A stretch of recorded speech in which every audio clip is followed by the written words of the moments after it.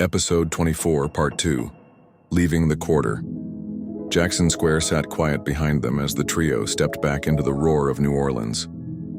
Bourbon Street pulsed like a living thing, masks, music, and moonlight mixing in the air. Every step they took, someone pointed, smiled, or did a double take. "Look at that gator," a man shouted, laughing with a group dressed like clowns. "He's got a hat." Claude, wearing his tiny cowboy hat and proud red bow, puffed up with pride.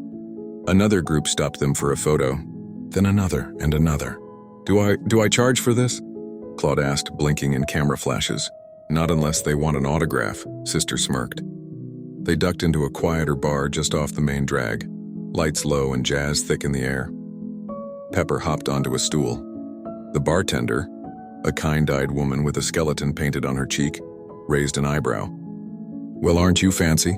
"She's a lion," Sister said, when clearly she's a black cat with a costume. The bartender smiled, pulled a little treat pouch from behind the counter and handed over a few crunchy fish-shaped snacks. "On the house, Miss Lion." Pepper, clearly delighted but pretending not to be, purred as she crunched them. Claude tried to hop up on a stool too, but got stuck halfway.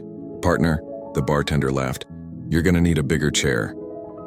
Back on the street, a trio of men dressed as pirates swaggered over, feathered hats tipped low and plastic swords clanking. "Well, well," one said. "Never seen a fairy in the quarter quite so fierce." Sister raised an eyebrow. Another one grinned. "How about we trade treasure maps, chair?"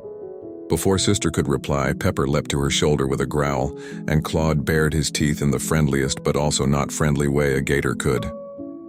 The pirates took one look at the lantern hanging from Sister's hip and backed off fast. "No harm meant," one called. "Y'all have a magical night." "They weren't wrong," Claude said.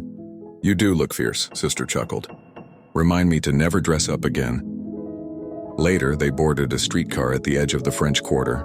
The wheels clacked softly as the car glided beneath gas lamps and hanging moss.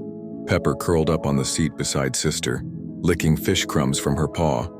Claude sat by the window, hat crooked, eyes wide. "That," he said softly, "was the best night ever." "You say that every time we leave the house," Pepper mumbled. "I still miss my bow." He responded. Sister looked out at the moonlit city as the cathedral tower slipped from view. "New Orleans is wild," she whispered, "but she's good to those who respect her."